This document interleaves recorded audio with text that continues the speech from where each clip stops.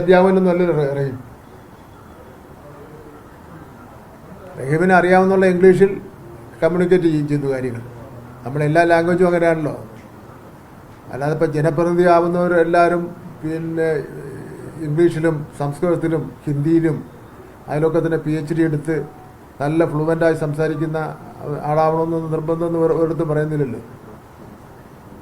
ഇതെല്ലാം ഈ സൈബർ ആക്രമണം നടത്തുന്നവരുടെ എന്ന് പറയാൻ ഒരു മര്യാദകേടും അസൂയയും കുശുമ്പും ഒക്കെ തെളിയിക്കുന്ന കാര്യമാണിത്. അയാളോടെ പോയല്ലോ, അവിടെ നടന്നിട്ടുള്ള സംഭവം കാണാൻ വേണ്ടി അയാളോടെ പോയല്ലോ. ആയിരങ്ങളെ കുടിയൊഴിപ്പിച്ച ഭരണകൂട ഭീകരതയ്ക്കെതിരെ പ്രതികരിക്കാനാണ് അയാൾ പോയത്. അല്ലാതെ ഇംഗ്ലീഷിൻ്റെ ഗ്രാമറിൻ്റെ പരീക്ഷ എഴുതാൻ വേണ്ടി പോയതല്ല. ഇംഗ്ലീഷ് വ്യാകരണത്തിൽ ഒരു തെറ്റ് ആയിപ്പോയുണ്ട്.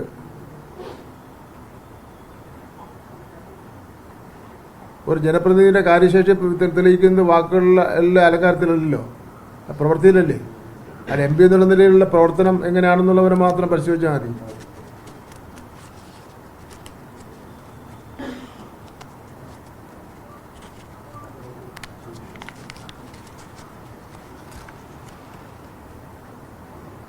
ഇത് കുറേ ആൾക്കാർക്ക് മാത്രം മലയാള പണ്ഡിതന്മാർ, ഇംഗ്ലീഷ് പണ്ഡിതന്മാർ, സയൻസ് പണ്ഡിതന്മാർ, രാഷ്ട്രീയ പണ്ഡിതന്മാർ, പിന്നെ മാതൃകാ കുടുംബം നയിക്കുന്നവർ, സ്ത്രീകളുടെ മുഖത്ത് നോക്കാത്തവർ, പുരുഷന്മാരുടെ പിന്നെ മുഖത്ത് നോക്കാത്തവർ, ഇങ്ങനെയൊക്കെ ഉള്ളവർ കുറേ ആൾക്കാരുണ്ട്. അവരാണ് പിന്നെ സൈബർ ആക്രമണം നേരമ്പളത്തെ വൈകുന്നേരം വരെ കുത്തിയിരുന്ന് വേറെ ഒരു പണിയില്ലാതെ ഇത് ചെയ്തുകൊണ്ടിരിക്കുന്നവരാണ്. ഇത് ഇപ്പോൾ പിണറായി കേരളത്തിൻ്റെ മുഖ്യമന്ത്രിയെ സംബന്ധിച്ചിടത്തോളം ഒരു കാര്യം വന്നല്ലോ. പോറ്റി ആയിട്ട് അടുത്ത് നിന്ന് പോറ്റിയെ തൊട്ടെന്നോ തൊടാതെ പോയെന്നോ എന്ന് പറഞ്ഞു.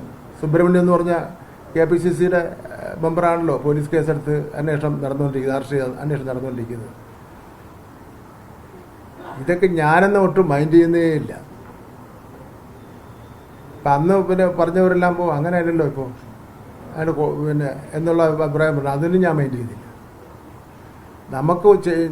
ഞങ്ങളെയൊക്കെ സംബന്ധിച്ചിടത്തോളം ഞങ്ങൾക്കുള്ള ഉത്തരവാദിത്തങ്ങൾ ഞങ്ങൾ നിർവഹിക്കും. അത് ചിലപ്പോൾ ശരിയുണ്ടാവും, തെറ്റുണ്ടാവും. പക്ഷേ വൃത്തികേടും അഴിമതി കാണിക്കാൻ പോകുന്നില്ലെന്നുള്ളൊരു ഉറപ്പ്, അത് ഉറപ്പായിട്ട് പറയാം. അത് ഈ സൈബർ ആക്രമണം എന്നല്ലേ പറഞ്ഞത്. ഈ സൈബർ അക്രമികൾ പറയട്ടെ, പിന്നെ ഇവരെല്ലാം പിന്നെ പൊതുപ്രവർത്തനം നടത്താൻ പറ്റാത്തവരാണ്, പിന്നെ പ്രശ്നങ്ങളുണ്ട്, അഴിമതി ഉണ്ട് എന്നത് പറയട്ടെ. അത് നമുക്ക് ചർച്ച ചെയ്യാം.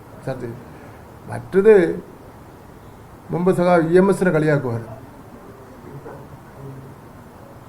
അത്ര ദുഷ്ടന്മാരാണ്.